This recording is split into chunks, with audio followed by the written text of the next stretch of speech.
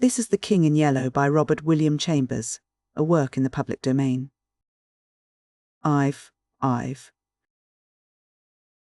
same evening I took the keys and went into the house I had known so well. Everything was in order, but the silence was terrible. Though I went twice to the door of the marble room, I could not force myself to enter. It was beyond my strength. I went into the smoking room and sat down before the spinet. A small lace handkerchief lay on the keys, and I turned away, choking. It was plain I could not stay, so I locked every door, every window, and the 3 front and back gates and went away. Next morning, Alcide packed my valise, and leaving him in charge of my apartments, I took the Orient Express for Constantinople. During the 2 years that I wandered through the East, at first, in our letters, we never mentioned Geneviève and Boris, but gradually their names crept in. I recollect particularly a passage in one of Jack's letters replying to one of mine. What you tell me of seeing Boris bending over you while you lay ill, and feeling his touch on your face and hearing his voice, of course troubles me. This that you describe must have happened a fortnight after he died. I say to myself that you were dreaming, that it was part of your delirium, but the explanation does not satisfy me, nor would it you. Toward the end of the 2nd year, a letter came from Jack to me in India, so unlike anything that I had ever known of him that I decided to return at once to Paris. He wrote, "I am well, and sell all my pictures as artists do who have no need of money. I have not a care of my own, but I am more restless than if I had. I am unable to shake off a strange anxiety about you. It is not apprehension, it is rather a breathless expectancy. Of what, God knows? I can only say it is wearing me out. Nights, I dream always of you and Boris. I can never recall anything afterward, but I wake in the morning with my heart beating, and all day the excitement increases until I fall asleep at night to recall the same experience. I am quite exhausted by it, and have determined to break up this morbid condition. I must see you. Shall I go to Bombay, or will you come to Paris?" I telegraphed him to expect me by the next steamer. When we met, I thought he had changed very little. He insisted, looked in splendid health. It was good to hear his voice again, and as we sat and chatted about what life still held for us, we felt that it was pleasant to be alive in the bright spring weather. We stayed in Paris together a week, and then I went for a week to Ept with him. But first of all we went to the cemetery at Sèvres, where Boris lay. "Shall we place the Fates in the little grove above him?" Jack asked, and I answered, "I think only the Madonna should watch over Boris' grave." But Jack was none the better for my home coming. The dreams of which he could not retain even the least definite outline continued, and he said that at times the sense of breathless expectancy was suffocating. "You see I do you harm and not good," I said. "Try a change without me." So he started alone for a ramble among the Channel Islands, and I went back to Paris. I had not yet entered Boris's house, now mine, since my return, but I knew it must be done. It had been kept in order by Jack. There were servants there, so I gave up my own apartment and went there to live. Instead of the agitation I had feared, I found myself able to paint there tranquilly. I visited all the rooms, all but one. I could not bring myself to enter the marble room where Geneviève lay, and yet I felt the longing growing daily to look upon her face, to kneel beside her. And one April afternoon I lay dreaming in the smoking room, just as I had lain 2 years before, and mechanically I looked among the tawny eastern rugs for the wolfskin. At last I distinguished the pointed ears and flat cruel head, and I thought of my dream where I saw Geneviève lying beside it. The helmet still hung against the threadbare tapestry, among them the old Spanish morion, which I remembered Geneviève had once put on when we were amusing ourselves with the ancient bits of mail. I turned my eyes to the spinet. Every yellow key seemed eloquent of her caressing hand, and I rose, drawn by the strength of my life's passion, to the sealed door of the marble room. The heavy doors swung inward under my trembling hands. Sunlight poured through the window, tipping with gold the wings of Cupid, and lingered like a nimbus over the brows of the Madonna. Her tender face bent in compassion over a marble form so exquisitely pure that I knelt and signed myself. Geneviève lay in the shadow under the Madonna, and yet, through her white arms, I saw the pale azure vein, and beneath her softly clasped hands the folds of her dress were tinged with rose, as if from some faint warm light within her breast. Bending, with a breaking heart, I touched the marble drapery with my lips, then crept back into the silent house. A maid came and brought me a letter, and I sat down in the little conservatory to read it. But as I was about to break the seal, seeing the girl lingering, I asked her what she wanted.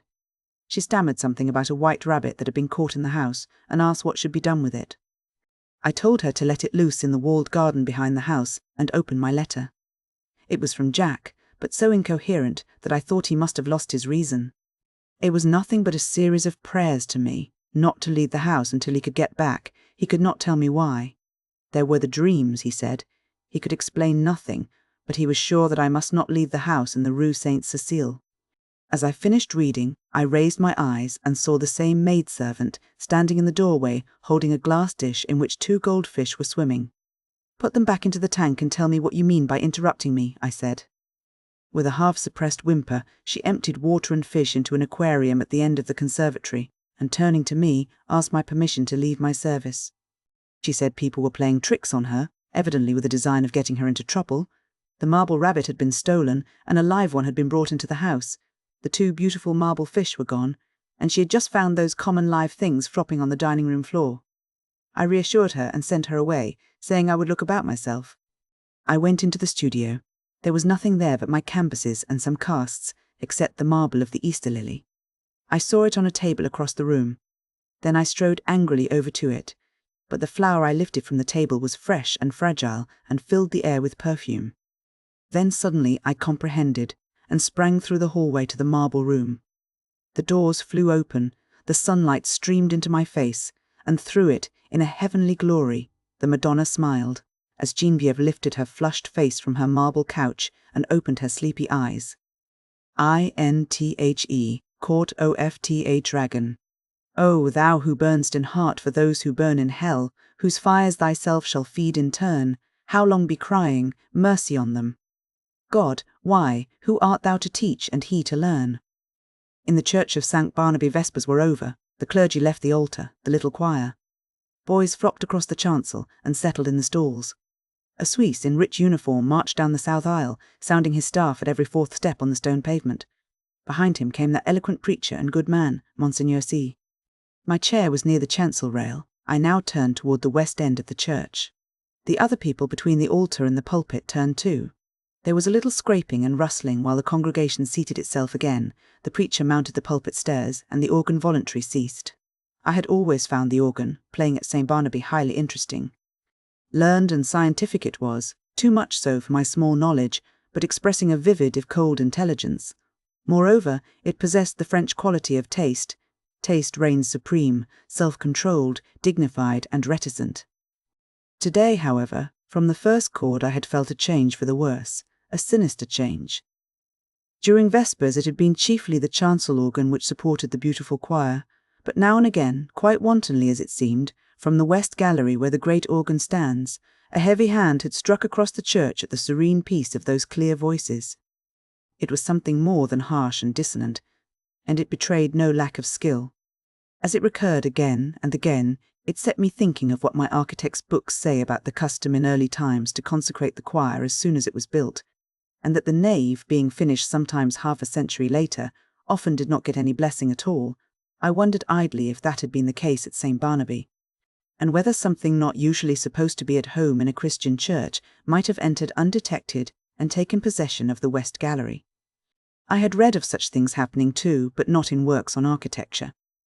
Then I remembered that St. Barnaby was not much more than 100 years old, and smiled at the incongruous association of medieval superstitions with that cheerful little piece of 18th century rococo.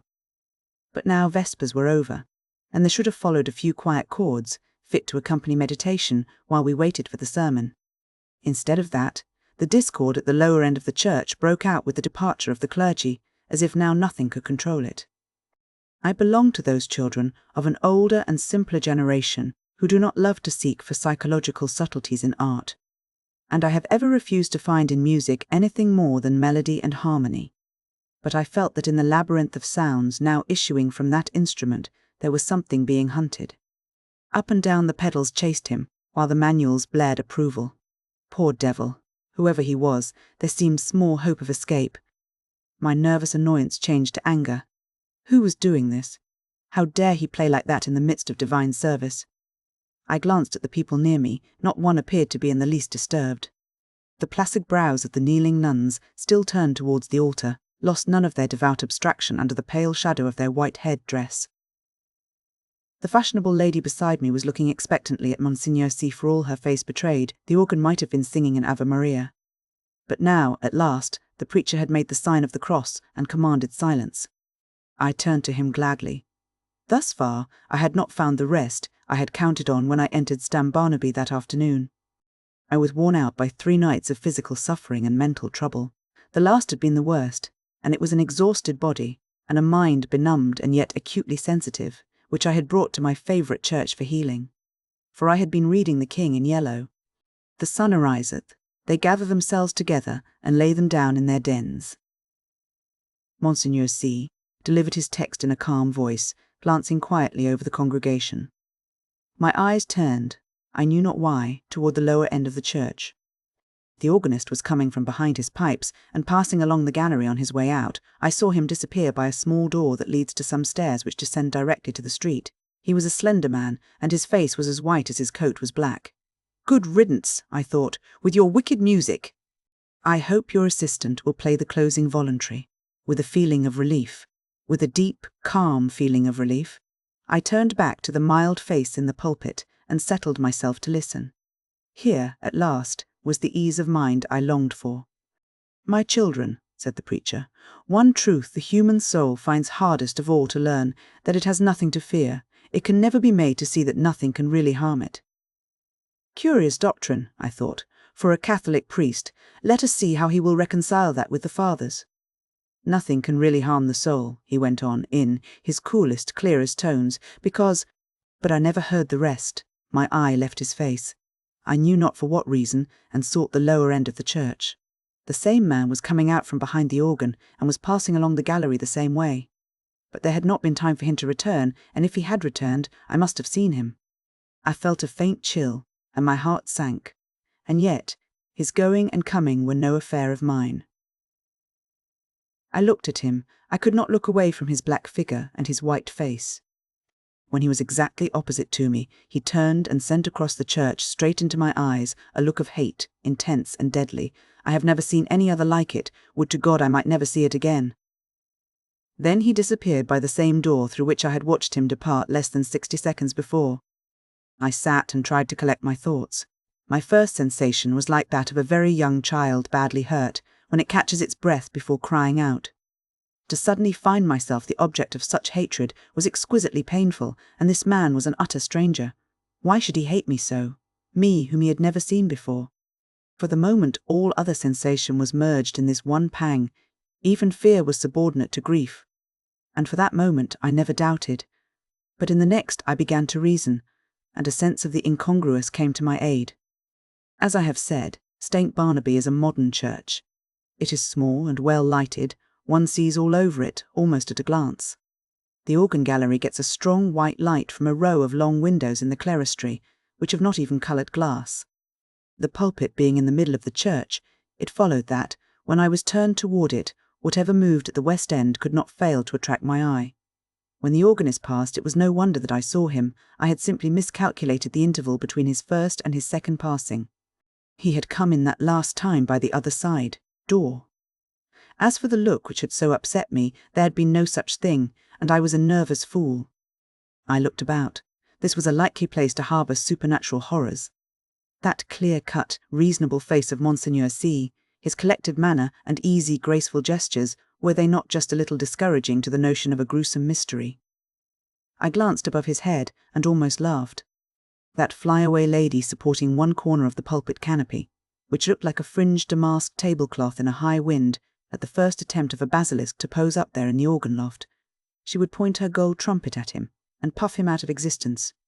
I laughed to myself over this conceit, which at the time I thought very amusing, and sat and chafed myself and everything else, from the old harpy outside the railing, who had made me pay 10 centimes for my chair before she would let me in. She was more like a basilisk, I told myself, than was my organist with the anemic complexion.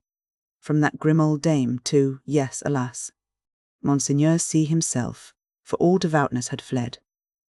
I had never yet done such a thing in my life, but now I felt a desire to mock.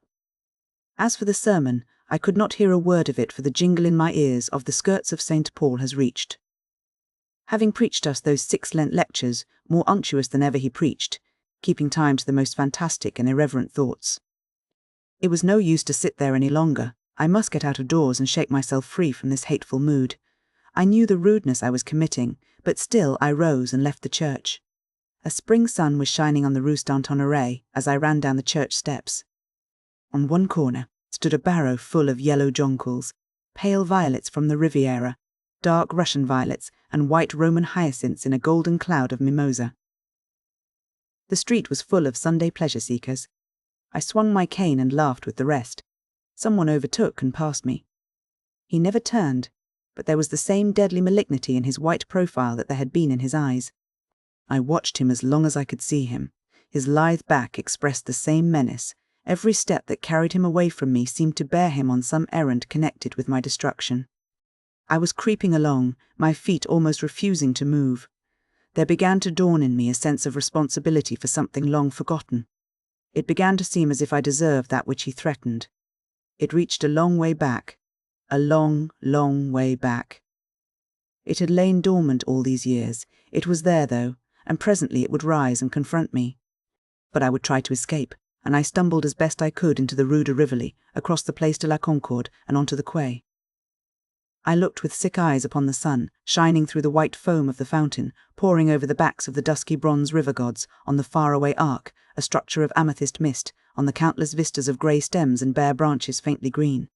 Then I saw him again coming down one of the chestnut alleys of the Cause, La Reine. I left the riverside, plunged blindly across to the Champs-Élysées, and turned toward the Arc. The setting sun was sending its rays along the green sward of the Rond Point. In the full glow he sat on a bench, children and young mothers all about him. He was nothing but a Sunday lounger, like the others, like myself. I said the words almost aloud, and all the while I gazed on the malignant hatred of his face. But he was not looking at me. I crept past and dragged my leaden feet up the avenue. I knew that every time I met him brought him nearer to the accomplishment of his purpose and my fate. And still I tried to save myself. The last rays of sunset were pouring through the great arc. I passed under it and met him face to face. I had left him far down the Champs-Élysées, and yet he came in with a stream of people who were returning from the Bois de Boulogne. He came so close that he brushed me. His slender frame felt like iron inside its loose black covering. He showed no signs of haste, nor of fatigue, nor of any human feeling. His whole being expressed one thing, the will and the power to work me evil. In anguish I watched him where he went down the broad crowded avenue that was all flashing with wheels and the trappings of horses and the helmets of the Garde Républicaine. He was soon lost to sight. Then I turned and fled. Into the Bois, and far out beyond it. I know not where I went, but after a long while, as it seemed to me, night had fallen, and I found myself sitting at a table before a small café. I had wandered back into the Bois. It was hours now since I had seen him. Physical fatigue and mental suffering had left me no power to think or feel. I was tired, so tired, I longed to hide away in my own den. I resolved to go home, but that was a long way off. I live in the Court of the Dragon, a narrow passage that leads from the Rue de Rennes to the Rue du Dragon. It is an impasse, traversable only for foot passengers. Over the entrance on the Rue de Rennes is a balcony, supported by an iron dragon. Within the court, tall old houses rise on either side and close the ends that give on the two streets. Huge gates, swung back during the day into the walls of the deep archways, close this court after midnight, and one must enter then by ringing at certain small doors on the side. The sunken pavement collects unsavoury pools. Steep stairways pitch down to doors that open on the court. The ground floors are occupied by shops of second-hand dealers and by ironworkers. All day long, the place rings with the clink of hammers and the clang of metal bars. Unsavoury as it is below, there is cheerfulness and comfort and hard, honest work above. 5 flights up are the ateliers of architects and painters, and the hiding places of middle-aged students like myself who want to live alone. When I first came here to live, I was young, and not alone. I had to walk a while before any conveyance appeared, but at last, when I had almost reached the Arc de Triomphe again, an empty cab came along and I took it. From the Arc to the Rue de Rennes is a drive of more than half an hour, especially when one is conveyed by a tired cab horse that has been at the mercy of Sunday fete makers. I had been time before I passed under the dragon's wings to meet my enemy over and over again, but I never saw him once, and now refuge was close at hand. Before the wide gateway, a small mob of children were playing. Our concierge and his wife walked among them with their black poodle, keeping order. Some couples were waltzing on the sidewalk. I returned their greetings and hurried in. All the inhabitants of the court had trooped out into the street. The place was quite deserted, lighted by a few lanterns hung high up, in which the gas burned dimly. My apartment was at the top of a house, halfway down the court, reached by a staircase that descended almost into the street, with only a bit of passage. Way intervening, I set my foot on the threshold of the open door. The friendly old ruinous stairs rose before me, leading up to rest and shelter. Looking back over my right shoulder, I saw him 10 paces off. He must have entered the court with me. He was coming straight on, neither slowly nor swiftly, but straight on to me. And now he was looking at me. For the first time since our eyes encountered across the church, they met now again, and I knew that the time had come. Retreating backward, down the court, I faced him. I meant to escape by the entrance on the Rue du Dragon. His eyes told me that I never should escape. It seemed ages while we were going, I retreating, he advancing, down the court in perfect silence, but at last I felt the shadow of the archway, and the next step brought me within it. I had meant to turn here and spring through into the street. But the shadow was not that of an archway, it was that of a vault. The great doors on the Rue du Dragon were closed. I felt this by the blackness which surrounded me, and at the same instant I read it in his face. How his face gleamed in the darkness, drawing swiftly nearer. The deep vaults, the huge closed doors, their cold iron clamps were all on his side. The thing which he had threatened had arrived, it gathered and bore down on me from the fathomless shadows. The point from which it would strike was his infernal eyes. Hopeless, I set my back against the barred doors and defied him. There was a scraping of chairs on the stone floor, and a rustling as the congregation rose. I could hear the Suisse's staff in the south aisle, preceding Monseigneur C. to the sacristy. The kneeling nuns, roused from their devout abstraction, made their reverence and went away. The fashionable lady, my neighbour, rose also, with graceful reserve. As she departed, her glance just flitted over my face in disapproval, half dead, or so it seemed to me, yet intensely alive to every trifle. I sat among the leisurely moving crowd, then rose too and went toward the door. I had slept through the sermon. Had I slept through the sermon? I looked up and saw him passing along the gallery to his place. Only his side I saw.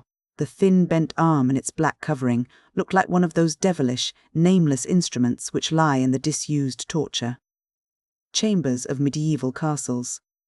But I had escaped him, though his eyes had said I should not. Had I escaped him? That which gave him the power over me came back out of oblivion, where I had hoped to keep it, for I knew him now. Death and the awful abode of lost souls, whither my weakness long ago had sent him, they had changed him for every other eye, but not for mine. I had recognized him almost from the first. I had never doubted what he was come to do, and now I knew, while my body sat safe in the cheerful little church, he had been hunting my soul in the court of the dragon. I crept to the door. The organ broke out overhead with a blare. A dazzling light filled the church, blotting the altar from my eyes. The people faded away. The arches, the vaulted roof vanished. I raised my seared eyes to the fathomless glare, and I saw the black stars hanging in the heavens, and the wet winds from the lake of Haley chilled my face. And now, far away, over leagues of tossing cloud waves, I saw the moon dripping with spray, and beyond, the towers of Carcosa rose behind the moon. Death and the awful abode of lost souls, whither my weakness long ago had sent him, had changed him for every other eye but mine. And now I heard his voice, rising, swelling, thundering through the flaring light, and as I fell, the radiance increasing, poured over me in waves of flame. Then I sank into the depths, and I heard the king in yellow whispering to my soul, "It is a fearful thing to fall into the hands of the living God. The Yellow Sign, let the red dawn surmise what we shall do when this blue starlight dies and all is through." There are so many things which are impossible to explain. Why should certain chords in music make me think of the brown and golden tints of autumn foliage? Why should the mass of St. Cecile bend my thoughts wandering among caverns whose walls blaze with ragged masses of virgin silver?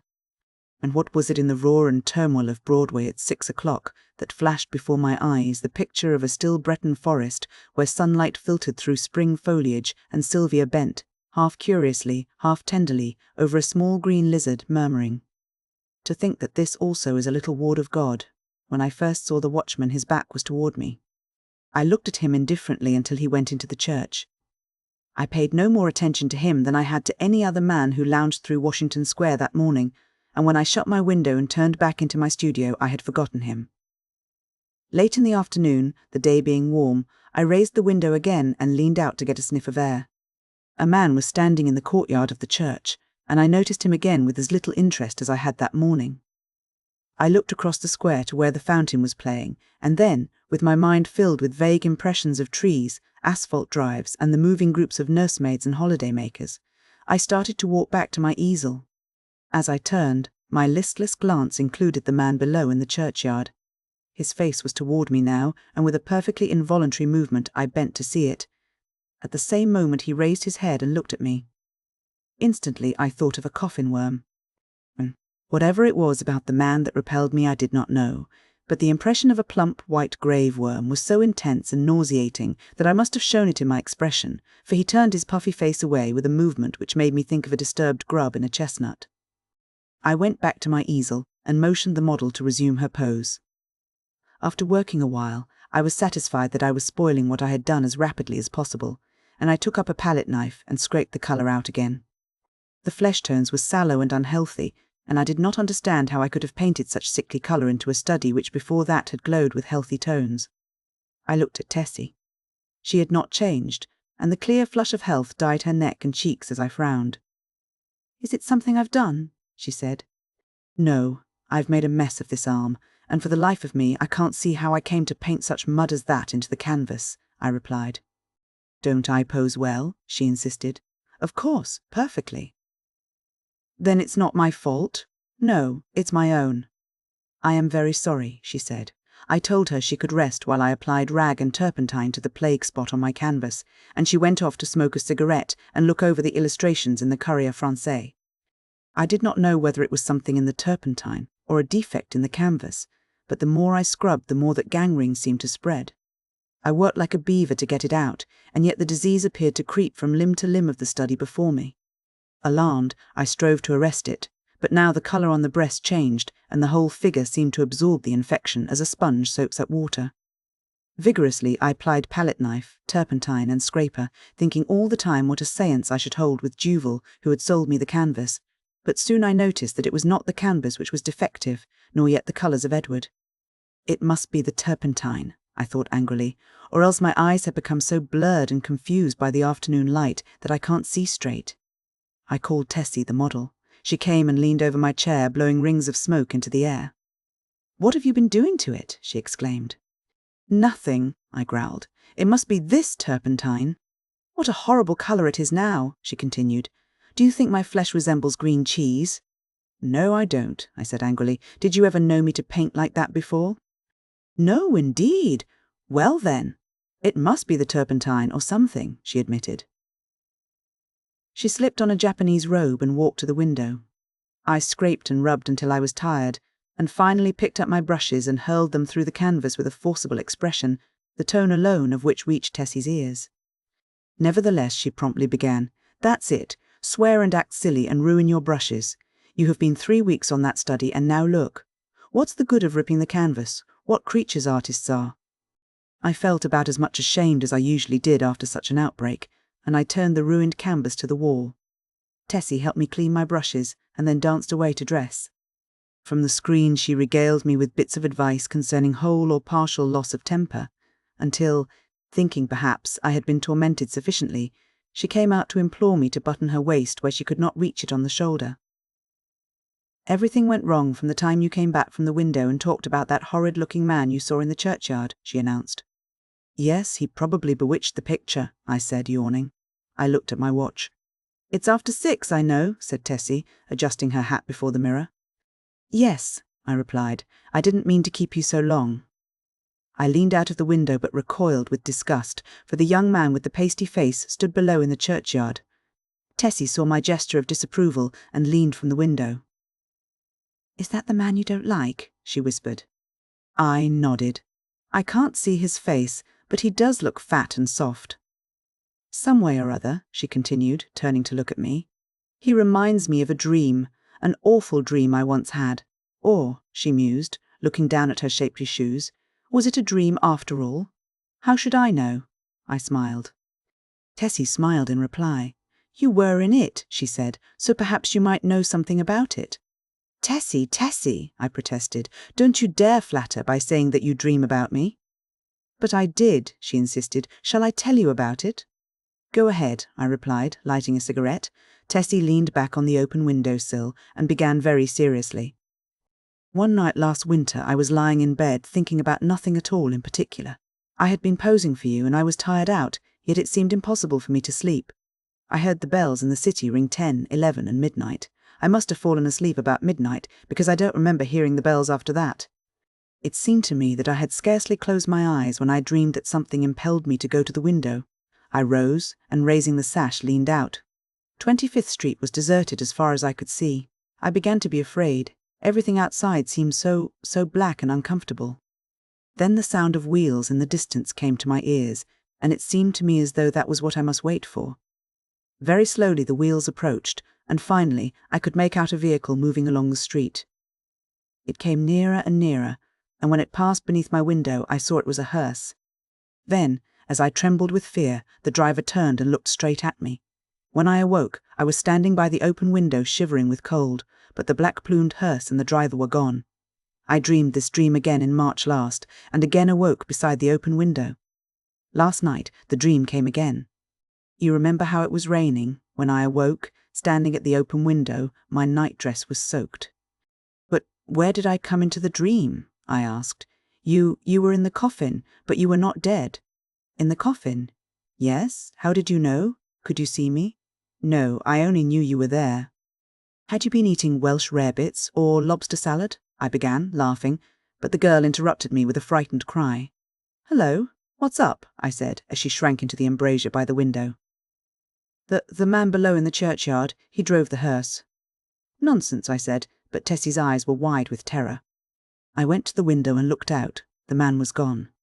"Come, Tessie," I urged. "Don't be foolish. You have posed too long. You are nervous." "Do you think I could forget that face?" she murmured. 3 times I saw the hearse pass below my window, and every time the driver turned and looked up at me. Oh, his face was so white and soft. It looked dead. It looked as if it had been dead a long time. I induced the girl to sit down and swallow a glass of marsala. Then I sat down beside her and tried to give her some advice. "Look here, Tessie," I said, "you go to the country for a week or 2, and you have no more dreams about hearses. You pose all day, and when night comes your nerves are upset. You can't keep this up. Then again, instead of going to bed when your day's work is done, you run off to picnics at Sulzer's Park, or go to the El Dorado or Coney Island, and when you come down here next morning you are fagged out. There was no real hearse. There was a soft-shell crab dream." She smiled faintly. "What about the man in the churchyard?" "Oh, he's only an ordinary, unhealthy, everyday creature. As true as my name is Tessie Reardon, I swear to you, Mr. Scott, that the face of the man below in the churchyard is the face of the man who drove the hearse." "What of it?" I said. "It's an honest trade." "Then you think I did see the hearse?" "Oh," I said diplomatically, "if you really did, it might not be unlikely that the man below drove it. There is nothing in that." Tessie rose, unrolled her scented handkerchief, and taking a bit of gum from a knot in the hem, placed it in her mouth. Then, drawing on her gloves, she offered me her hand, with a frank, "Good night, Mr. Scott," and walked out. The next morning, Thomas, the bellboy, brought me the Herald and a bit of news. The church next door had been sold. I thanked heaven for it, not that being a Catholic I had any repugnance for the congregation next door, but because my nerves were shattered by a blatant exhorter, whose every word echoed through the aisle of the church as if it had been my own rooms, and who insisted on his R's with a nasal persistence which revolted my every instinct. Then, too, there was a fiend in human shape, an organist, who reeled off some of the grand old hymns with an interpretation of his own. and I longed for the blood of a creature who could play the doxology with an amendment of minor chords which one hears only in a quartet of very young undergraduates. I believe the minister was a good man, but when he bellowed, and the Lord said unto Moses, the Lord is a man of war, the Lord is his name. My wrath shall wax hot, and I will kill you with the sword. I wondered how many centuries of purgatory it would take to atone for such a sin. Who bought the property? I asked Thomas. Nobody that I know, sir. They do say the gent what owns this Hamilton Flats was looking at it. He might be a building more studios. I walked to the window. The young man with the unhealthy face stood by the churchyard gate, and at the mere sight of him the same overwhelming repugnance took possession of me. By the way, Thomas, I said, who is that fellow down there? Thomas sniffed. That there worm, sir? As night watchman of the church, sir. He makes me tired of sitting out all night on them steps a-looking at you insulting like. I'd a-punched his head, sir, beg pardon, sir. Go on, Thomas. One night a-coming home with Harry, the other English boy, I sees him a-sitting there on them steps. We had Molly and Jen with us, sir, the 2 girls on the tray service, and he looked so insulting at us that I up and says, "What you looking at, you fat slug?" Beg pardon, sir, but that's how I says, sir. Then he don't say nothing, and I says, "Come out and I'll punch that puddin' head." Then I opens the gate and goes in, but he don't say nothing, only looks insulting like. Then it's him one, but, ugh, his head was that cold and mushy, it 'ud sicken you to touch him. What did he do then? I asked curiously. Him? Nothin'. And you, Thomas? The young fellow flushed with embarrassment and smiled uneasily. Mr. Scott, sir, I ain't no coward, and I can't make it out at all why I run. I was in the 5th Lancers, sir, bugler at Tel El Kebir, and was shot by the Wells. You don't mean to say you ran away? Yes, sir, I run. Why? That's just what I want to know, sir. I grabbed Molly and run, and the rest was as frightened as I. But what were they frightened at? Thomas refused to answer for a while, but now my curiosity was aroused about the repulsive young man below, and I pressed him. 3 years' sojourn in America had not only modified Thomas's Cockney dialect, but had given him the American's fear of ridicule. You won't believe me, Mr. Scott, sir? Yes, I will. You will laugh at me, sir? Nonsense. He hesitated. Well, sir, it's God's truth that when he grabbed me wrist, sir, and when I twisted his soft, mushy fist, one of his fingers come off in me, and the utter loathing and horror of Thomas's face must have been reflected in my own, for he added, it's awful, and now when I see him I just go away. He makes me ill. When Thomas had gone, I went to the window. The man stood beside the church, railing with both hands on the gate, but I hastily retreated to my easel again, sickened and horrified, for I saw that the middle finger of his right hand was missing. At 9 o'clock Tessie appeared and vanished behind the screen with a merry "Good morning, Mr. Scott." When she had reappeared and taken her pose upon the model stand, I started a new canvas, much to her delight. She remained silent as long as I was on the drawing, but as soon as the scrape of the charcoal ceased and I took up my fixative, she began to chatter. Oh, I had such a lovely time last night. We went to Tony Pastor's. Who are we? I demanded. Oh, Maggie, you know, Mr. White's model and Pinky McCormick. We call her Pinky because she's got that beautiful red hair you artists like so much, and Lizzie Burke. I sent a shower of spray from the fixative over the canvas and said, well, go on. We saw Kelly and Baby Barnes, the skirt dancer, and all the rest. I made a mash. Then you have gone back on me, Tessie, she laughed and shook her head. He's Lizzie Burke's brother, Ed. He's a perfect gentleman. I felt constrained to give her some parental advice concerning mashing, which she took with a bright smile. Oh, I can take care of a strange mash, she said, examining her chewing gum, but Ed is different. Lizzie is my best friend. Then she related how Ed had come back from the stocking mill in Lowell, Massachusetts, to find her and Lizzie grown up, and what an accomplished young man he was, and how he thought nothing of squandering $50 for ice cream and oysters to celebrate his entry as clerk into the woolen department of Macy's. Before she finished, I began to paint, and she resumed the pose, smiling and chattering like a sparrow. By noon, I had the study fairly well rubbed in, and Tessie came to look at it. That's better, she said. I thought so too, and ate my lunch with a satisfied feeling that all was going well. Tessie spread her lunch on a drawing table opposite me, and we drank our claret from the same bottle and lighted our cigarettes from the same match. I was very much attached to Tessie. I had watched her shoot up into a slender but exquisitely formed woman from a frail, awkward child. She had posed for me during the last 3 years, and among all my models she was my favourite.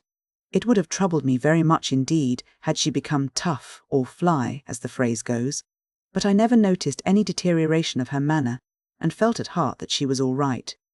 She and I never discussed morals at all, and I had no intention of doing so, partly because I had none myself, and partly because I knew she would do what she liked in spite of me.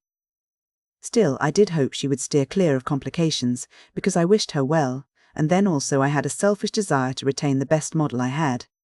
I knew that mashing, as she termed it, had no significance with girls like Tessie, and that such things in America did not resemble in the least the same things in Paris. Yet, having lived with my eyes open, I also knew that somebody would take Tessie away someday, in one manner or another. And though I professed to myself that marriage was nonsense, I sincerely hoped that, in this case, there would be a priest at the end of the vista. I am a Catholic. When I listen to High Mass, when I sign myself, I feel that everything, including myself, is more cheerful, and when I confess, it does me good. A man who lives as much alone as I do must confess to somebody. Then, again, Sylvia was Catholic, and it was reason enough for me. But I was speaking of Tessie, which is very different.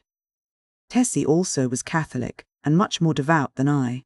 So, taking it all in all, I had little fear for my pretty model until she should fall in love.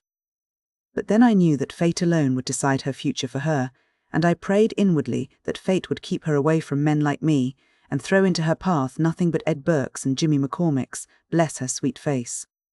Tessie sat blowing rings of smoke up to the ceiling and tinkling the ice in her tumbler.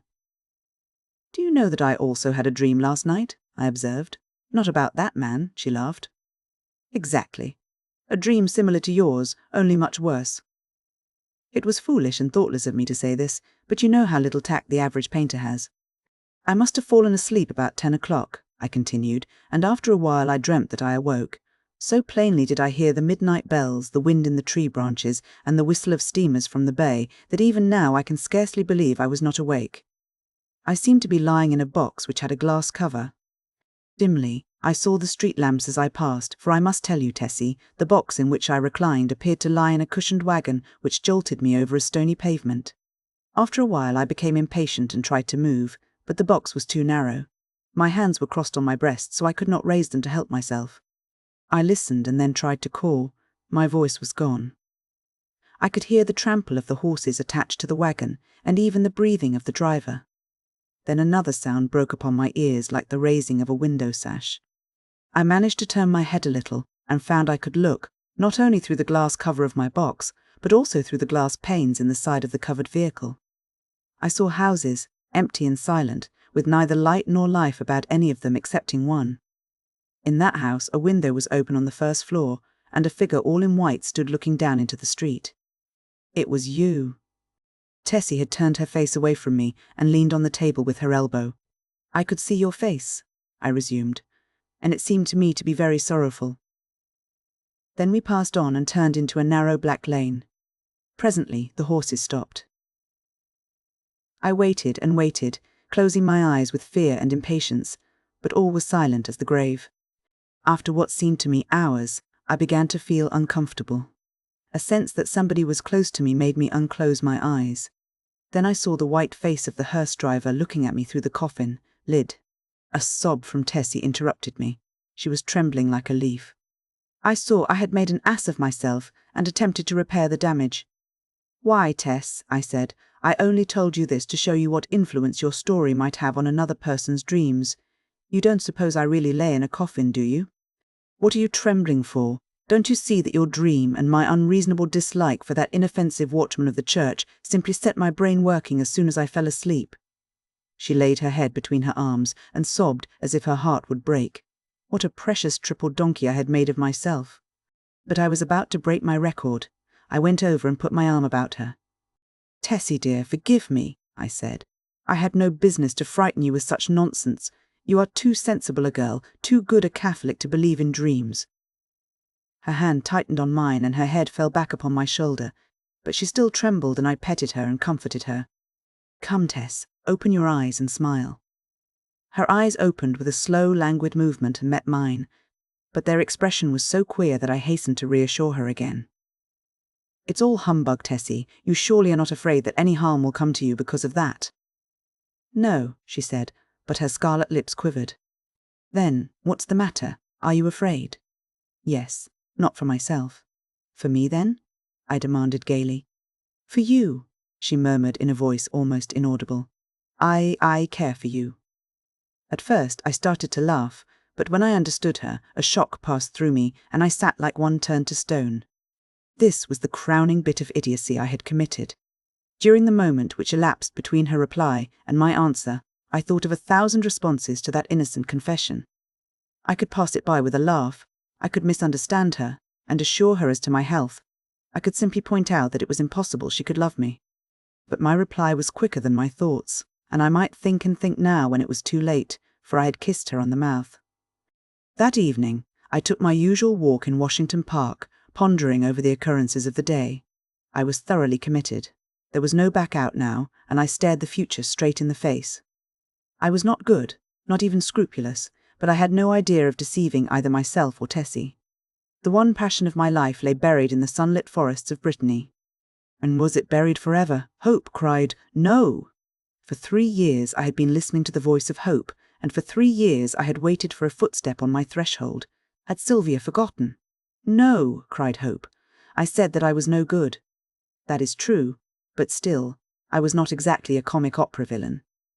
I had led an easy-going, reckless life, taking what invited me of pleasure, deploring and sometimes bitterly regretting consequences. In one thing alone, except my painting, was I serious, and that was something which lay hidden if not lost in the Breton forests. It was too late for me to regret what had occurred during the day. Whatever it had been, pity, a sudden tenderness for sorrow, or the more brutal instinct of gratified vanity, it was all the same now, and unless I wished to bruise an innocent heart, my path lay marked before me. The fire and strength, the depth of passion of a love which I had never even suspected, with all my imagined experience in the world, left me no alternative but to respond or send her away. Whether because I am so cowardly about giving pain to others, or whether it was that I have little of the gloomy Puritan in me, I do not know, but I shrank from disclaiming responsibility for that thoughtless kiss, and in fact had no time to do so before the gates of her heart opened and the flood poured forth. Others who habitually do their duty and find a sullen satisfaction in making themselves and everybody else unhappy might have withstood it. I did not. I dared not. After the storm had abated, I did tell her that she might better have loved Ed Burke and worn a plain gold ring. But she would not hear of it, and I thought perhaps as long as she had decided to love somebody she could not marry, it had better be me. I, at least, could treat her with an intelligent affection, and whenever she became tired of her infatuation, she could go none the worse for it. For I was decided on that point, although I knew how hard it would be. I remembered the usual termination of platonic liaisons, and thought how disgusted I had been whenever I heard of one. I knew I was undertaking a great deal for so unscrupulous a man as I was, and I dreamed the future, but never for one moment did I doubt that she was safe with me. Had it been anybody but Tessie, I should not have bothered my head about scruples, for it did not occur to me to sacrifice Tessie as I would have sacrificed a woman of the world. I looked the future squarely in the face and saw the several probable endings to the affair. She would either tire of the whole thing or become so unhappy that I should have either to marry her or go away. If I married her, we would be unhappy. I with a wife unsuited to me, and she with a husband unsuitable for any woman. For my past life could scarcely entitle me to marry. If I went away, she might either fall ill, recover, and marry some Eddie Burke, or she might recklessly or deliberately go and do something foolish. On the other hand, if she tired of me, then her whole life would be before her with beautiful vistas of Eddie Burkes and marriage rings and twins and Harlem flats and heaven knows what.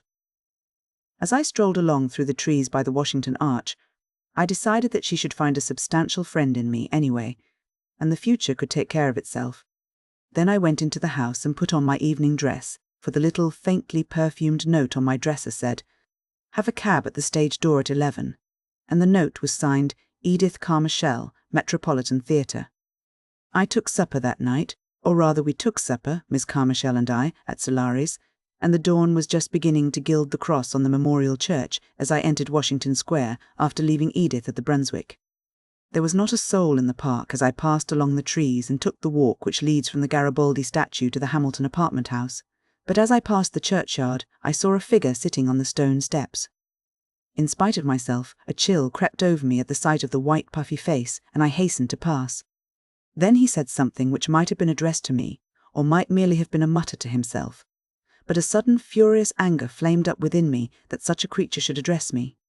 For an instant I felt like wheeling about and smashing my stick over his head, but I walked on, and entering the Hamilton, went to my apartment. For some time I tossed about the bed trying to get the sound of his voice out of my ears, but could not. It filled my head, that muttering sound, like thick oily smoke from a fat-rendering vat or an odour of noisome decay. And as I lay and tossed about, the voice in my ears seemed more distinct, and I began to understand the words he had muttered. They came to me slowly as if I had forgotten them, and at last I could make some sense out of the sounds. It was this: "Have you found the yellow sign? Have you found the yellow sign? Have you found the yellow sign?" I was furious. What did he mean by that? Then with a curse upon him, and his eye rolled over and went to sleep. But when I awoke later, I looked pale and haggard, for I had dreamed the dream of the night before, and it troubled me more than I cared to think. I dressed and went down into my studio. Tessie sat by the window, but as I came in she rose and put both arms around my neck for an innocent kiss. She looked so sweet and dainty that I kissed her again and then sat down before the easel. "Hello. Where's the study I began yesterday?" I asked. Tessie looked conscious, but did not answer. I began to hunt among the piles of canvases, saying, "Hurry up, Tess, and get ready. We must take advantage of the morning light." When at last I gave up the search among the other canvases and turned to look around the room for the missing study, I noticed Tessie standing by the screen with her clothes still on. "What's the matter?" I asked. "Don't you feel well?" "Yes." "Then hurry. Do you want me to pose as I have always posed?" Then I understood. Here was a new complication. I had lost, of course, the best nude model I had ever seen. I looked at Tessie. Her face was scarlet. Alas! Alas! We had eaten of the tree of knowledge, and Eden and native innocence were dreams of the past. I mean for her. I suppose she noticed the disappointment on my face, for she said, "I will pose if you wish. The study is behind the screen here where I put it." "No," I said. "We will begin something new." And I went into my wardrobe and picked out a Moorish costume which fairly blazed with tinsel. It was a genuine costume, and Tessie retired to the screen with it enchanted. When she came forth again I was astonished. Her long black hair was bound above her forehead with a circlet of turquoises, and the ends curled about her glittering girdle. Her feet were encased in the embroidered pointed slippers, and the skirt of her costume, curiously wrought with arabesques in silver, fell to her ankles. The deep metallic blue vest embroidered with silver and the short Mooresque jacket spangled and sewn with turquoises became her wonderfully. She came up to me and held up her face smiling. I slipped my hand into my pocket and, drawing out a gold chain with a cross attached, dropped it over her head. "It's yours, Tessie." "Mine," she faltered. "Yours. Now go and pose." Then with a radiant smile she ran behind the screen and presently reappeared with a little box on which was written my name. "I had intended to give it to you when I went home tonight," she said, "but I can't wait now." I opened the box. On the pink cotton inside lay a clasp of black onyx, on which was inlaid a curious symbol or letter in gold. It was neither Arabic nor Chinese, nor, as I found afterwards, did it belong to any human script. "It's all I had to give you for a keepsake," she said timidly. I was annoyed, but I told her how much I should prize it, and promised to wear it always. She fastened it on my coat beneath the lapel. "How foolish, Tess, to go and buy me such a beautiful thing as this," I said. "I did not buy it," she laughed. "Where did you get it?" Then she told me how she had found it one day while coming from the aquarium in the Battery, how she had advertised it and watched the papers, but at last gave up all hopes of finding the owner. "That was last winter," she said, "the very day I had the first horrid dream about the hearse." I remembered my dream of the previous night, but said nothing, and presently my charcoal was flying over a new canvas, and Tessie stood motionless on the model stand. I. The day following was a disastrous one for me. While moving a framed canvas from one easel to another, my foot slipped on the polished floor, and I fell heavily on both wrists. They were so badly sprained that it was useless to attempt to hold a brush, and I was obliged to wander about the studio, glaring at unfinished drawings and sketches, until despair seized me and I sat down to smoke and twiddle my thumbs with rage. The rain blew against the windows and rattled on the roof of the church, driving me into a nervous fit with its interminable patter. Tessie sat sewing by the window, and every now and then raised her head and looked at me with such innocent compassion that I began to feel ashamed of my irritation and looked about for something to occupy me. I had read all the papers and all the books in the library, but for the sake of something to do, I went to the bookcases and shoved them open with my elbow. I knew every volume by its colour and examined them all, passing slowly around the library and whistling to keep up my spirits. I was turning to go into the dining room when my eye fell upon a book bound in serpent skin, standing in a corner of the top shelf of the last bookcase. I did not remember it, and from the floor could not decipher the pale lettering on the back, so I went to the smoking room and called Tessie. She came in from the studio and climbed up to reach the book. "What is it?" I asked. "The King in Yellow." I was dumbfounded. Who had placed it there? How came it in my rooms? I had long ago decided that I should never open that book, and nothing on earth could have persuaded me to buy it. Fearful lest curiosity might tempt me to open it, I had never even looked at it in bookstores. If I ever had had any curiosity to read it, the awful tragedy of young Castaigne, whom I knew, prevented me from exploring its wicked pages. I had always refused to listen to any description of it, and indeed nobody ever ventured to discuss the second part aloud, so I had absolutely no knowledge of what those leaves might reveal. I stared at the poisonous mottled binding as I would at a snake. "Don't touch it, Tessie," I said. "Come down." Of course my admonition was enough to arouse her curiosity, and before I could prevent it she took the book and, laughing, danced off into the studio with it. I called to her, but she slipped away with a tormenting smile at my helpless hands, and I followed her with some impatience. "Tessie," I cried, entering the library. "Listen, I am serious. Put that book away. I do not wish you to open it." The library was empty.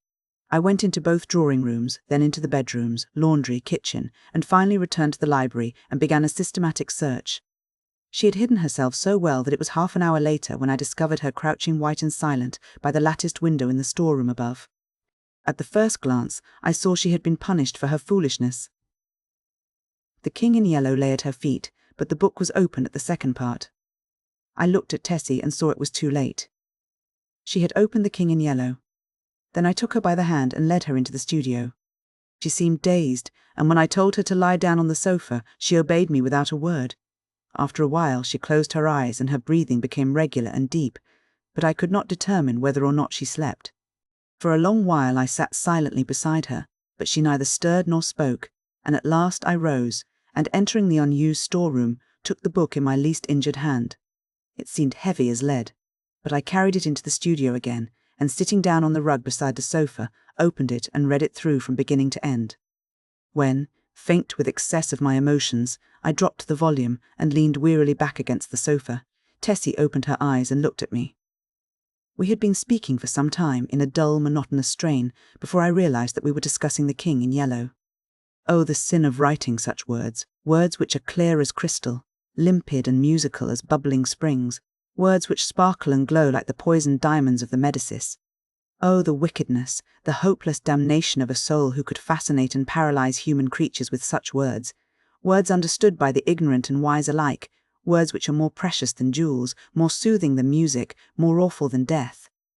We talked on, unmindful of the gathering shadows, and she was begging me to throw away the clasp of black onyx quaintly inlaid with what we now knew to be the yellow sign.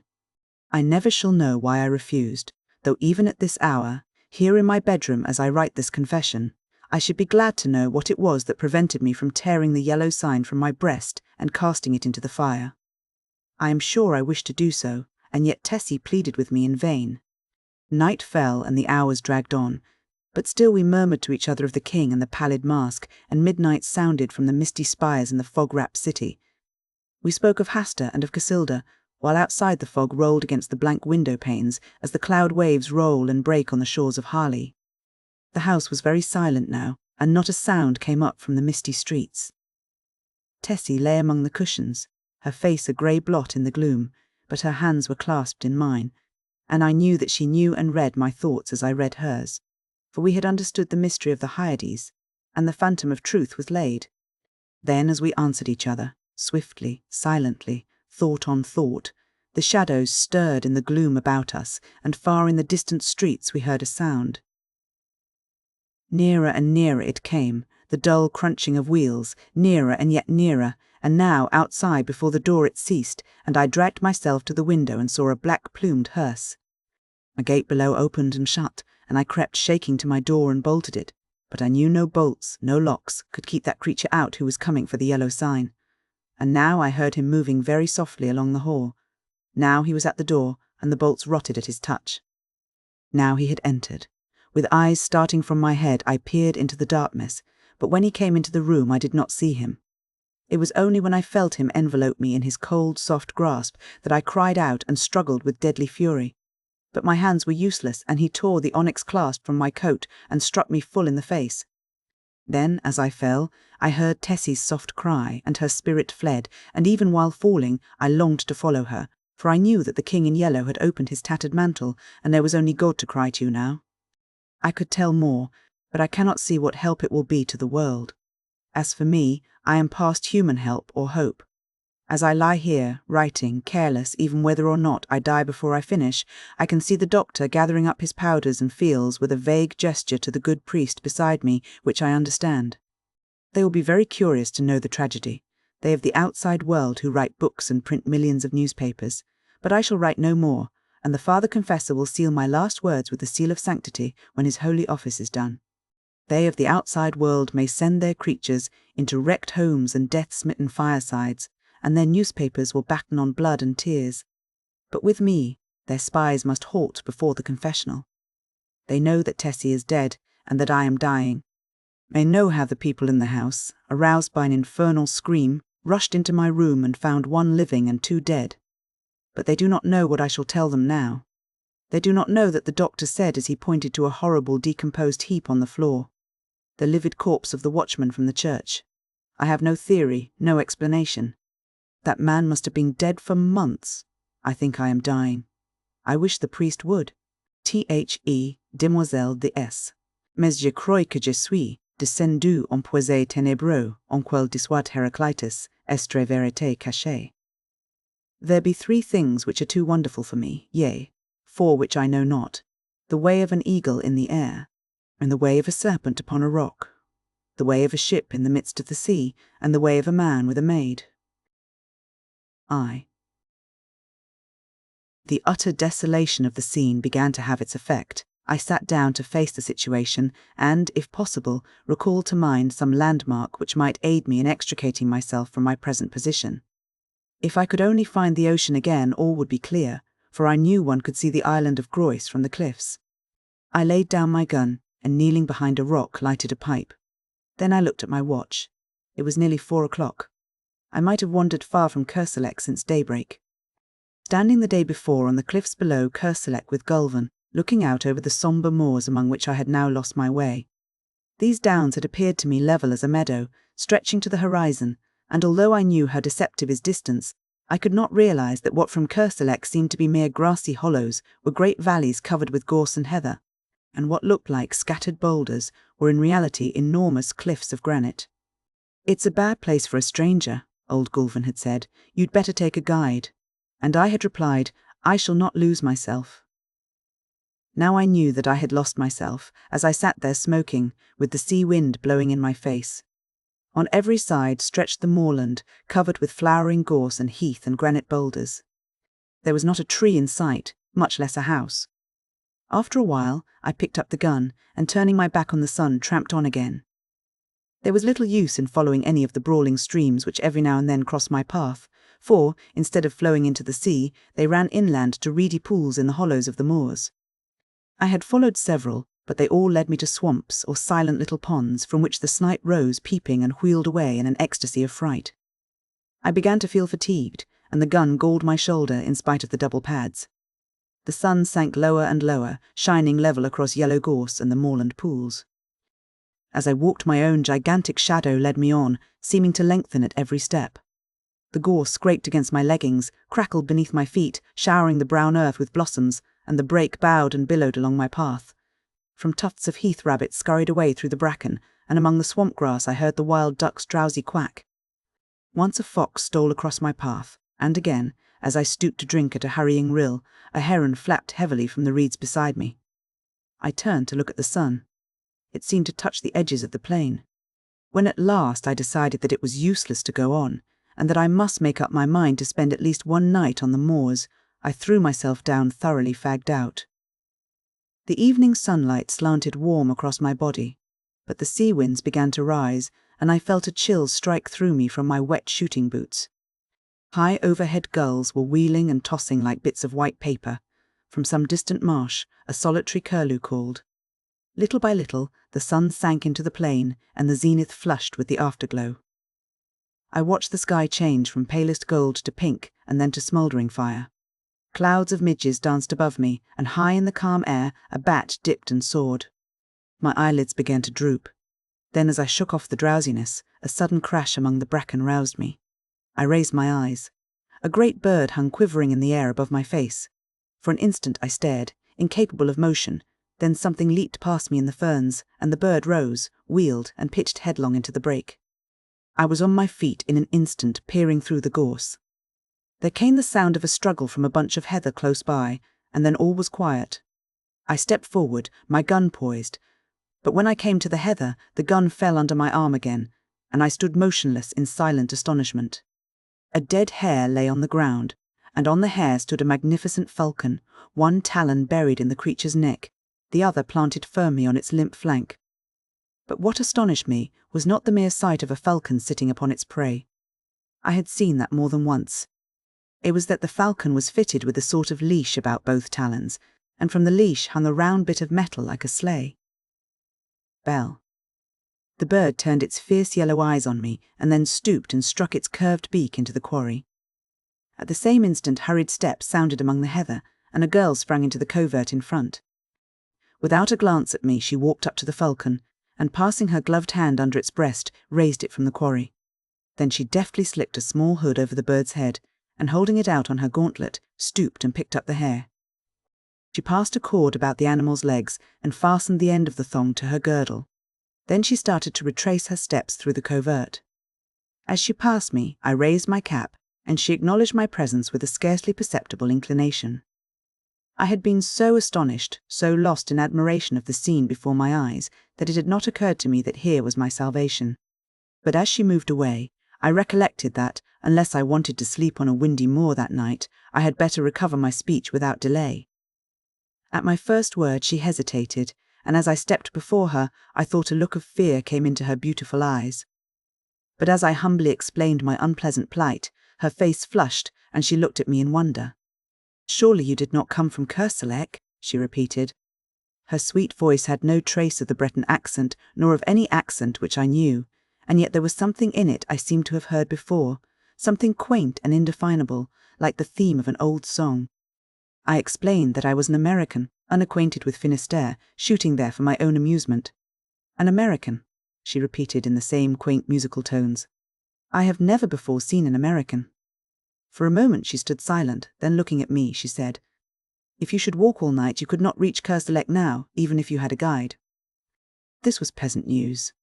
"But," I began, "if I could only find a peasant's hut where I might get something to eat and shelter." The falcon on her wrist fluttered and shook its head. The girl smoothed its glossy back and glanced at me. "Look around," she said gently. "Can you see the end of these moors? Look, north, south, east, west. Can you see anything but moorland and bracken?" "No," I said. "The moor is wild and desolate. It is easy to enter, but sometimes they who enter never leave it. There are no peasants' huts here." "Well," I said, "if you will tell me in which direction Kerselec lies, tomorrow it will take me no longer to go back than it has to come." She looked at me again with an expression almost like pity. "Ah," she said, "to come is easy and takes hours. To go is different, and may take centuries." I stared at her in amazement, but decided that I had misunderstood her. Then before I had time to speak, she drew a whistle from her belt and sounded it. "Sit down and rest," she said to me. "You have come a long distance and are tired." She gathered up her pleated skirts and, motioning me to follow, picked her dainty way through the gorse to a flat rock among the ferns. "They will be here directly," she said, and taking a seat at one end of the rock invited me to sit down on the other edge. The afterglow was beginning to fade in the sky, and a single star twinkled faintly through the rosy haze. A long, wavering triangle of waterfowl drifted southward over our heads, and from the swamps around Plover were calling. "They are very beautiful, these moors," she said quietly. "Beautiful but cruel to strangers," I answered. "Beautiful and cruel," she repeated dreamily. "Beautiful and cruel." "Like a woman," I said stupidly. "Oh," she cried with a little catch in her breath and looked at me. Her dark eyes met mine, and I thought she seemed angry or frightened. "Like a woman," she repeated under her breath. "How cruel to say so." Then after a pause, as though speaking aloud to herself, "How cruel for him to say that." I don't know what sort of an apology I offered for my inane, though harmless speech, but I know that she seemed so troubled about it, that I began to think I had said something very dreadful without knowing it, and remembered with horror the pitfalls and snares which the French language sets for foreigners. While I was trying to imagine what I might have said, a sound of voices came across the moor, and the girl rose to her feet. "No," she said, with a trace of a smile on her pale face, "I will not accept your apologies, monsieur, but I must prove you wrong, and that shall be my revenge. Look, here come Hasta and Raoul." Two men loomed up in the twilight. One had a sack across his shoulders, and the other carried a hoop before him as a waiter carries a tray. The hoop was fastened with straps to his shoulders, and around the edge of the circlet sat 3 hooded falcons fitted with tinkling bells. The girl stepped up to the falconer, and with a quick turn of her wrist transferred her falcon to the hoop, where it quickly sidled off and nestled among its mates, who shook their hooded heads and ruffled their feathers till the bell jesses tinkled again. The other man stepped forward, and bowing respectfully, took up the hare and dropped it into the game sack. "These are my piqueurs," said the girl, turning to me with a gentle dignity. "Raoul is a good fauconnier, and I shall some day make him grand veneur. Hasta is incomparable." The 2 silent men saluted me respectfully. "Did I not tell you, monsieur, that I should prove you wrong?" she continued. "This, then, is my revenge, that you do me the courtesy of accepting food and shelter at my own house." Before I could answer, she spoke to the falconers, who started instantly across the heath, and with a gracious gesture to me she followed. I don't know whether I made her understand how profoundly grateful I felt, but she seemed pleased to listen as we walked over the dewy heather. "Are you not very tired?" she asked. I had clean forgotten my fatigue in her presence, and I told her so. "Don't you think your gallantry is a little old-fashioned?" she said, and when I looked confused and humbled, she added quietly, "Oh, I like it. I like everything old-fashioned, and it is delightful to hear you say such pretty things." The moorland around us was very still now under its ghostly sheet of mist. The plovers had ceased their calling, the crickets and all the little creatures of the fields were silent as we passed, yet it seemed to me as if I could hear them beginning again far behind us.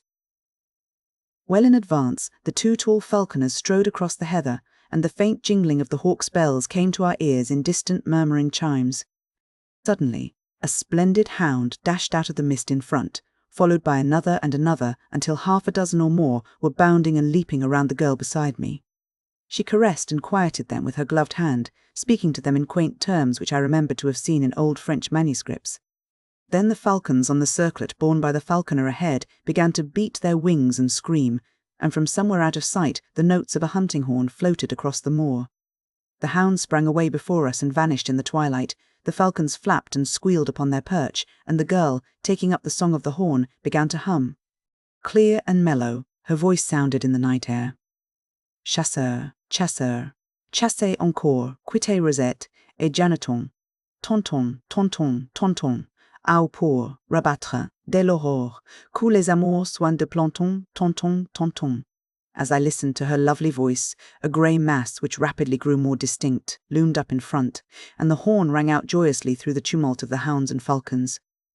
A torch glimmered at a gate, a light streamed through an opening door, and we stepped upon a wooden bridge which trembled under our feet and rose creaking and straining behind us as we passed over the moat and into a small stone court walled on every side. From an open doorway a man came and, bending in salutation, presented a cup to the girl beside me. She took the cup and touched it with her lips, then lowering it, turned to me and said in a low voice, "I bid you welcome." At that moment one of the falconers came with another cup, but before handing it to me, presented it to the girl, who tasted it. The falconer made a gesture to receive it, but she hesitated a moment, and then, stepping forward, offered me the cup with her own hands. I felt this to be an act of extraordinary graciousness, but hardly knew what was expected of me, and did not raise it to my lips at once. The girl flushed crimson. I saw that I must act quickly. "Mademoiselle," I faltered, "a stranger whom you have saved from dangers he may never realize empties this cup to the gentlest and loveliest hostess of France." "In his name," she murmured, crossing herself as I drained the cup.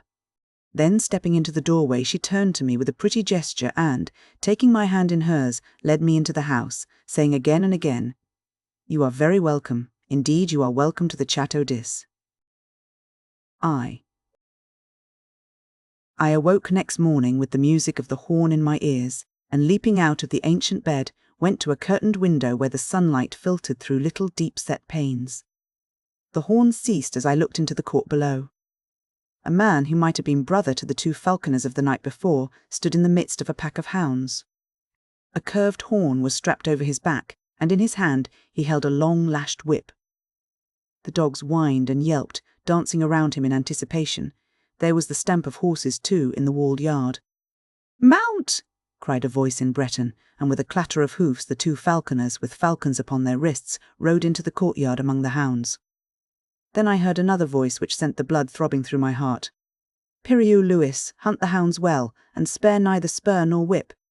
Thou Raoul and thou Gaston, see that the épervier does not prove himself Niaise, and if it be best in your judgment, faites courtoisie à l'oiseau. Jardiner and oiseau, like the muet there on Haster's wrist, is not difficult, but thou, Raoul, mayest not find it so simple to govern that haggard. Twice last week he foamed au vif and lost the biccade, although he is used to the leurre. The bird acts like a stupid branquier. Patron haggard n'est pas si facile." Was I dreaming? The old language of falconry which I had read in yellow manuscripts, the old forgotten French of the Middle Ages, was sounding in my ears while the hounds bayed, and the hawks' bells tinkled accompaniment to the stamping horses. She spoke again in the sweet forgotten language. "If you would rather attach the longe and leave thy haggard au bloc, Raoul, I shall say nothing, for it were a pity to spoil so fair a day's sport with an ill-trained source. Essima abesa, it is possibly the best way. Ça lui donnera des reins." I was perhaps hasty with the bird. It takes time to pass la filière and the exercises to scape. Then the falconer Raoul bowed in his stirrups and replied, "If it be the pleasure of mademoiselle, I shall keep the hawk." "It is my wish," she answered. "Falconry I know, but you have yet to give me many a lesson in autorcery, my poor Raoul." Sieur Piriou Louis mount. The huntsman sprang into an archway, and in an instant returned, mounted upon a strong black horse, followed by a piqueur also mounted. "Ah!" she cried joyously. "Speed, Glemarec René! Speed! Speed all!" "Sound thy horn, Sieur Piriou." The silvery music of the hunting horn filled the courtyard. The hounds sprang through the gateway and galloping hoof. Beats plunged out of the paved court, loud on the drawbridge, suddenly muffled, then lost in the heather and bracken of the moors. Distant and more distant sounded the horn, until it became so faint that the sudden carol of a soaring lark drowned it in my ears. I heard the voice below, responding to some call from within the house. "I do not regret the chase. I will go another time. Courtesy to the stranger. Pelagie, remember." And a feeble voice came quavering from within the house. "Courtoisie." I stripped, and rubbed myself from head to foot in the huge earthen basin of icy water which stood upon the stone floor at the foot of my bed. Then I looked about for my clothes. They were gone, but on a settle near the door lay a heap of garments which I inspected with astonishment. As my clothes had vanished, I was compelled to attire myself in the costume which had evidently been placed there for me to wear while my own clothes dried. Everything was there, cap, shoes, and hunting doublet of silvery grey homespun. But the close-fitting costume and seamless shoes belonged to another century, and I remembered the strange costumes of the three falconers in the courtyard. I was sure that it was not the modern dress of any portion of France or Brittany, but not until I was dressed and stood before a mirror between the windows did I realize that I was clothed much more like a young huntsman of the Middle Ages than like a Breton of that day. I hesitated and picked up the cap. Should I go down and present myself in that strange guise? There seemed to be no help for it. My own clothes were gone, and there was no bell in the ancient chamber to call a servant, so I contented myself with removing a short hawk's feather from the cap, and, opening the door, went downstairs. By the fireplace in the large room at the foot of the stairs, An old Breton woman sat spinning with a distaff. She looked up at me when I appeared, and, smiling frankly, wished me health in the Breton language, to which I laughingly replied in French. At the same moment my hostess appeared and returned my salutation with a grace and dignity that sent a thrill to my heart. Her lovely head with its dark curly hair was crowned with a headdress which set all doubts as to the epoch of my own costume at rest. Her slender figure was exquisitely set off in the homespun hunting gown edged with silver, and on her gauntlet-covered wrist she bore one of her petted hawks. With perfect simplicity she took my hand and led me into the garden in the court, and seating herself before a table, invited me very sweetly to sit beside her. Then she asked me in her soft, quaint accent how I had passed the night, and whether I was very much inconvenienced by wearing the clothes which old Pelagie had put there for me while I slept. I looked at my own clothes and shoes, drying in the sun by the garden wall, and hated them. What horrors they were compared with the graceful costume which I now wore. I told her this laughing, but she agreed with me very seriously. "We will throw them away," she said in a quiet voice. In my astonishment, I attempted to explain that I not only could not think of accepting clothes from anybody, although for all I knew it might be the custom of hospitality in that part of the country, but that I should cut an impossible figure if I returned to France clothed as I was then. She laughed and tossed her pretty head, saying something in old French which I did not understand, and then Pelagie trotted out with a tray on which stood 2 bowls of milk, a loaf of white bread, fruit, a platter of honeycomb, and a flagon of deep red wine. "You see, I have not yet broken my fast because I wished you to eat with me." "But I am very hungry," she smiled. "I would rather die than forget one word of what you have said," I blurted out, while my cheeks burned. "She will think me mad," I added to myself, but she turned to me with sparkling eyes. "Ah," she murmured, "then monsieur knows all that there is of chivalry." She crossed herself and broke bread. I sat and watched her white hands, not daring to raise my eyes to hers. "Will you not eat?" she asked. "Why do you look so troubled?" Ah, why? I knew it now. I knew I would give my life to touch with my lips those rosy palms.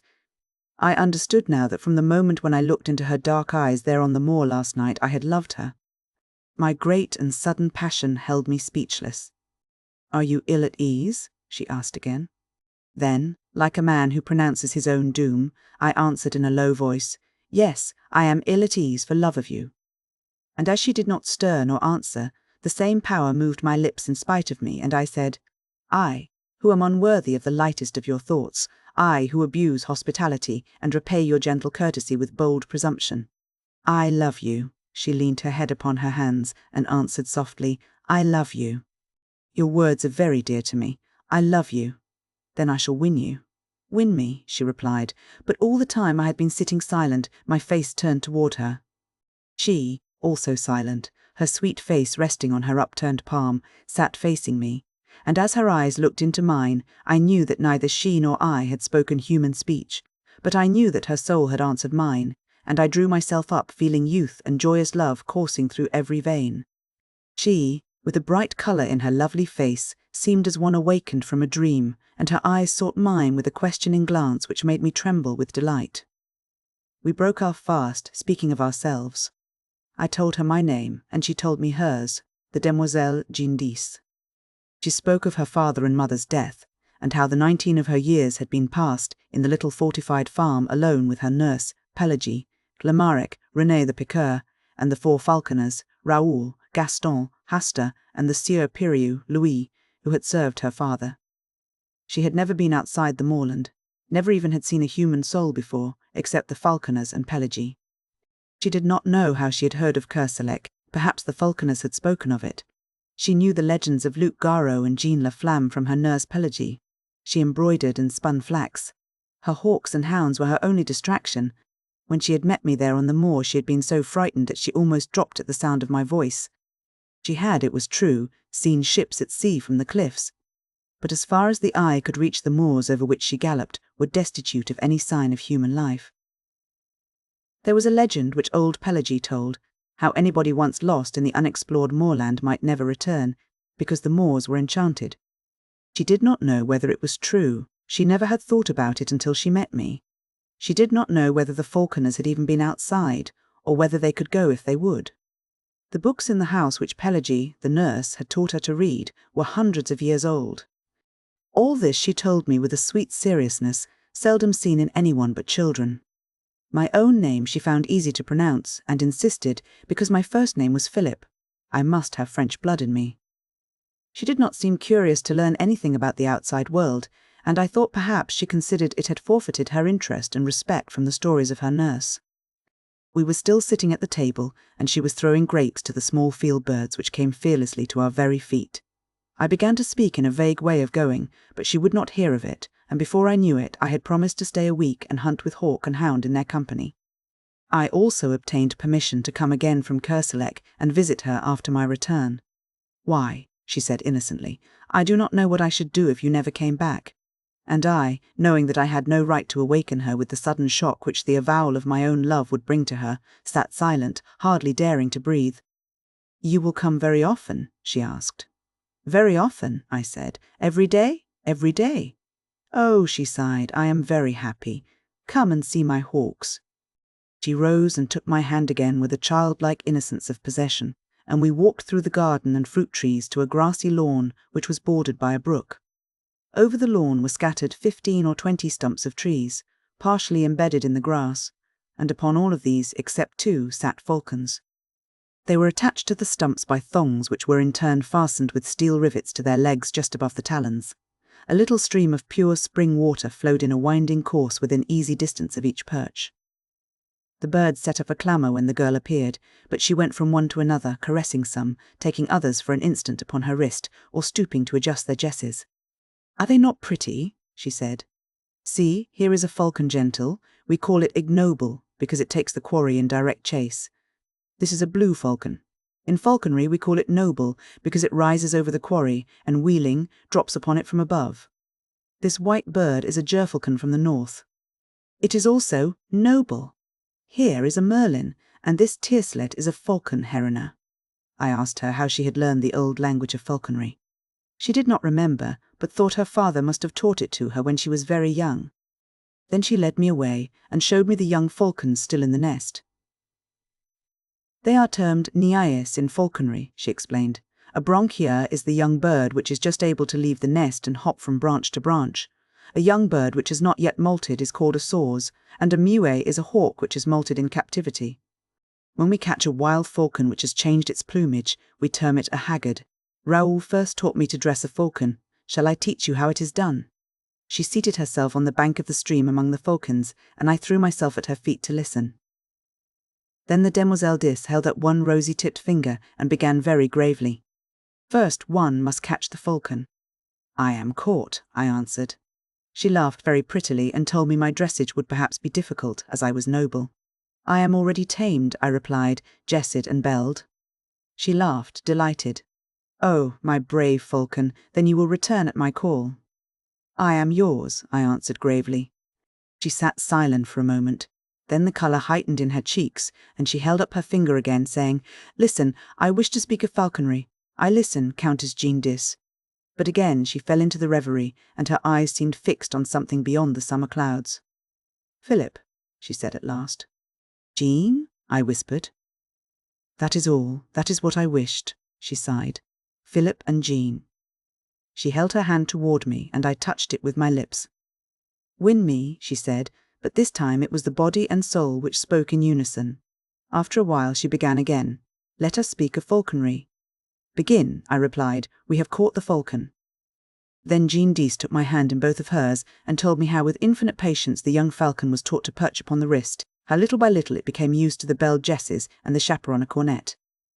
"They must first have a good appetite," she said. "Then little by little I reduce their nourishment, which in falconry we call part. When, after many nights passed a block as these birds are now, I prevail upon the haggard to stay quietly on the wrist, then the bird is ready to be taught to come for its food. I fix the part to the end of a thong, or lure, and teach the bird to come to me as soon as I begin to whirl the cord in circles about my head. At first I drop the part when the falcon comes, and he eats the food on the ground. After a little, he will learn to seize the lure in motion as I whirl it around my head or drag it over the ground. After this, it is easy to teach the falcon to strike at game, always remembering to faire courtoisie à l'oiseau, that is, to allow the bird to taste the quarry." A squeal from one of the falcons interrupted her, and she arose to adjust the longs which had become whipped about the block, but the bird still flapped its wings and screamed. "What is the matter?" she said. "Philip, can you see?" I looked around, and at first saw nothing to cause the commotion, which was now heightened by the screams and flapping of all the birds. Then my eye fell upon the flat rock beside the stream from which the girl had risen. A grey serpent was moving slowly across the surface of the boulder, and the eyes in its flat triangular head sparkled like jet. "A couleuvre," she said quietly. "It is harmless, is it not?" I asked. She pointed to the black V-shaped figure on the neck.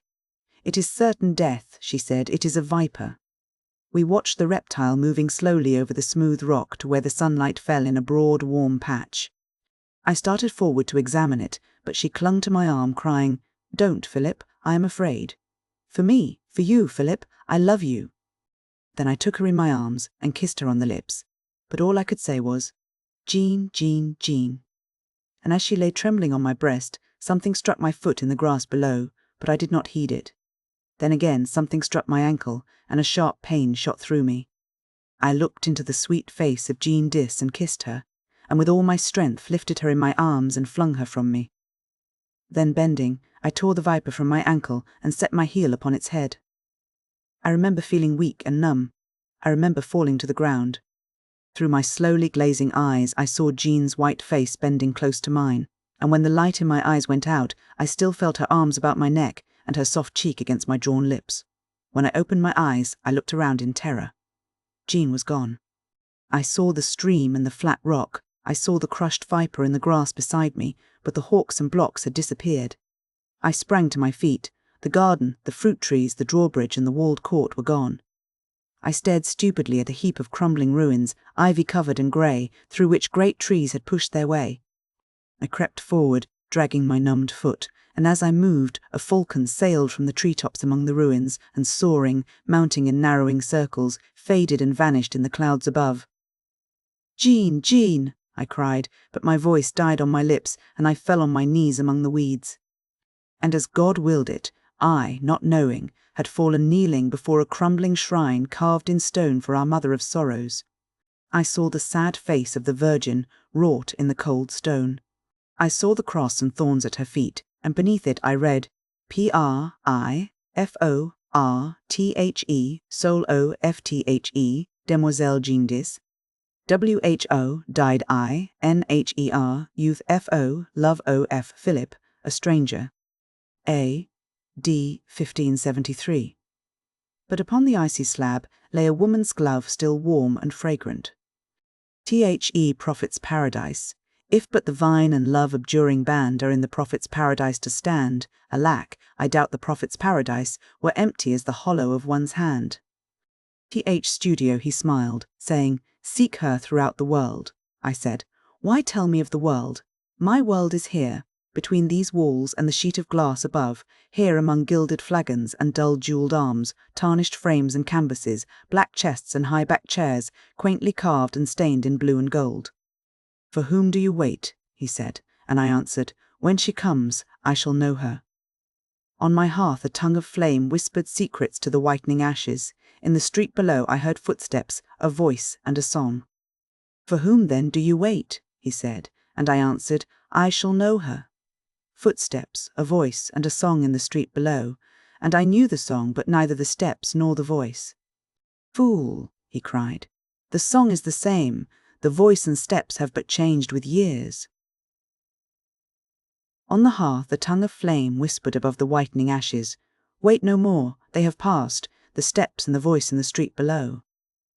Then he smiled, saying, "For whom do you wait?" "Seek her throughout the world," I answered. "My world is here. Between these walls and the sheet of glass above, here among gilded flagons and dull-jewelled arms, tarnished frames and canvases, black chests and high-backed chairs, quaintly carved and stained in blue and gold." Phantom, the phantom of the past would go no further. "If it is true," she sighed, "that you find in me a friend, let us turn back together. You will forget here under the summer sky." I held her close, pleading, caressing. I seized her, white with anger, but she resisted. "If it is true," she sighed, "that you find in me a friend, let us turn back together." The phantom of the past would go no further. The sacrifice I went into a field of flowers, whose petals are whiter than snow, and whose hearts are pure gold. Far afield a woman cried, I have killed him I loved. And from a jar she poured blood upon the flowers whose petals are whiter than snow, and whose hearts are pure gold. Far afield I followed, and on the jar I read 1,000 names, while from within the fresh blood bubbled to the brim. I have killed him I loved, she cried. The world's athirst, now let it drink. She passed, and far afield I watched her pouring blood upon the flowers whose petals are whiter than snow, and whose hearts are pure gold. Destiny I came to the bridge which few may pass. Pass! Cried the keeper, but I laughed, saying, There is time, and he smiled and shut the gates. To the bridge which few may pass came young and old. All were refused. Idly I stood and counted them, until, wearied of their noise and lamentations, I came again to the bridge which few may pass. Those in the throng about the gates shrieked out, He comes too late. But I laughed, saying, There is time. Pass, cried the keeper as I entered, then smiled and shut the gates. Throng there, where the throng was thickest in the street, I stood with Pierrot. All eyes were turned on me. What are they laughing at? I asked, but he grinned, dusting the chalk from my black cloak. I cannot see. It must be something droll, perhaps an honest thief. All eyes were turned on me. He has robbed you of your purse, they laughed. My purse, I cried. Pierrot, help! It is a thief. They laughed. He has robbed you of your purse. Then Truth stepped out, holding a mirror. If he is an honest thief, cried Truth, Pierrot shall find him with this mirror. But he only grinned, dusting the chalk from my black cloak. You see, he said, Truth is an honest thief. She brings you back your mirror. All eyes were turned on me. Arrest Truth, I cried, forgetting it was not a mirror, but a purse I lost, standing with Pierrot, there, where the throng was thickest in the street. Jester, was she fair? I asked, but he only chuckled, listening to the bells jingling on his cap. Stabbed, he tittered. Think of the long journey, the days of peril, the dreadful nights. Think how he wandered, for her sake, year after year, through hostile lands, yearning for kith and kin, yearning for her. Stabbed, he tittered, listening to the bells jingling on his cap. Was she fair? I asked, but he only snarled, muttering to the bells jingling on his cap. She kissed him at the gate, he tittered, but in the hall his brother's welcome touched his heart. Was she fair? I asked. Stabbed, he chuckled. Think of the long journey, the days of peril, the dreadful nights. Think how he wandered, for her sake, year after year through hostile lands, yearning for kith and kin, yearning for her. She kissed him at the gate, but in the hall his brother's welcome touched his heart. Was she fair? I asked, but he only snarled, listening to the bells jingling in his cap. Green room, the clown turned his powdered face to the mirror. If to be fair is to be beautiful, he said, who can compare with me in my white mask? Who can compare with him in his white mask? I asked of Death beside me. Who can compare with me? Said Death, for I am paler still. You are very beautiful, sighed the clown, turning his powdered face from the mirror. Love T-A-S-T, if it is true that you love, said Love. Then wait no longer. Give her these jewels which would dishonour her, and so dishonour you in loving one dishonoured. If it is true that you love, said Love, then wait no longer. I took the jewels and went to her, but she trod upon them, sobbing, Teach me to wait. I love you. Then wait, if it is true, said Love. Street OFTHE4 wins, ferme tes yeux à demi, croise tes bras sur ton sein, et de ton cœur endormi, chasse à jamais tout dessein. J'y chante la nature, les étoiles du soir, les larmes du matin. Les couches de soleil à l'horizon lointain, le ciel qui parle au cœur d'existence future.